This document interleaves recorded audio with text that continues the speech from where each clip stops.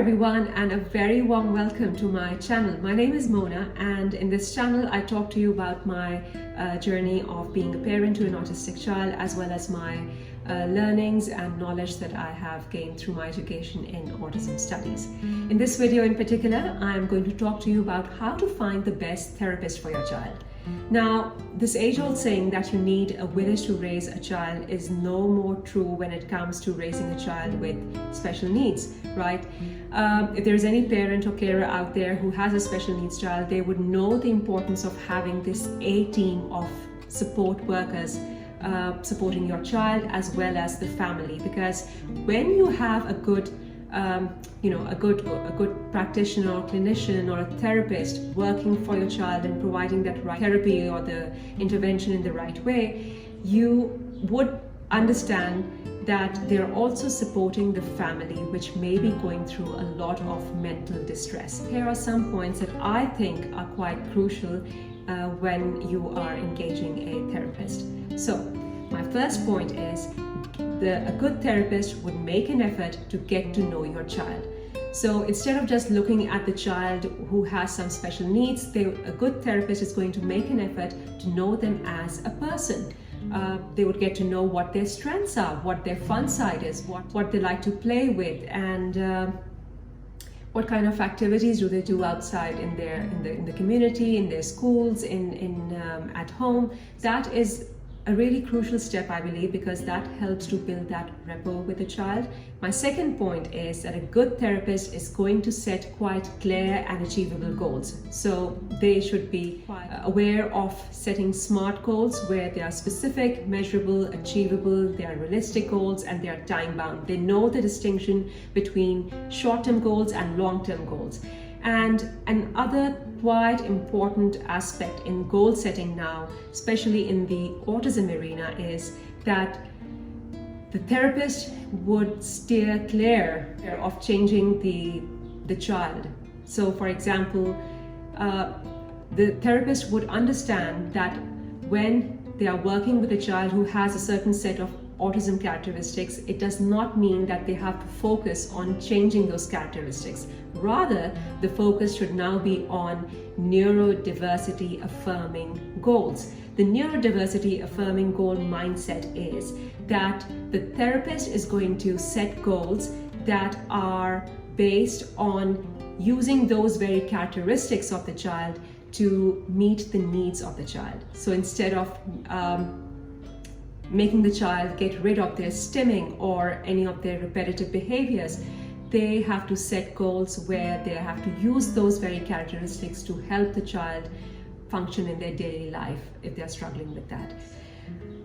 The third point, a good therapist is going to take time out to talk to the family about what do they expect from these therapy sessions, what their goals are, what are the things that they're most concerned about their child, what kind of goal setting have they done for their child. Like, if every disability, especially when it comes to autism, it is said that it's quite unique. In the same way, I firmly believe that every family's dynamics are quite unique. So a good therapist is going to take time out to get to know the family, to get to know their targets from these therapy sessions, and their wishes and their priorities for the child. Number 4, a good therapist is also going to follow a multidisciplinary collaborative network. So that means that the therapist would engage with multiple stakeholders. So the idea behind is that everybody who are part and parcel of that child's life, they also get to hear from the therapist what kind of strategies are being implemented in the clinic or at home, and they can replicate that in their environments. Now, the next point that I'm going to discuss is called explaining and rationalizing the chosen strategy for achieving a goal for the child. So here we are talking about a good therapist explaining to the parents or to their carers of the child why they have chosen a particular strategy, and coming up with some rationalization with logic as to why they think that this, under the present circumstances, this strategy is going to reap the most results. So let's say that the goal is to make the child develop expressive communication. So that means they are able to express through words. Now, that goal cannot just be entirely defined in the way that we need to make the child speak words. That can also be defined in a way that we need to provide those avenues, those tools to the child that can help them express himself or herself. So maybe making use of augmented and alternative communication devices. So making use of the assisted technology, or making use of any pictures or symbols that the child can use to express themselves. So keeping into consideration the child's set of characteristics, what their strengths are at the moment, what their family strengths are at the moment, what kind of environments do they operate in, and then keeping all those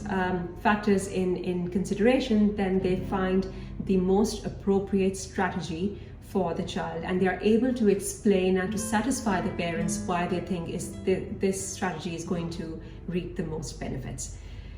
Number 6 is listening and empathizing despite not having ready answers. Now, a good therapist would have an empathetic turn, an empathetic ear to their clients, to the parents. They would know that being parents of a special needs child means that the parents may have to go through some really stressful situations.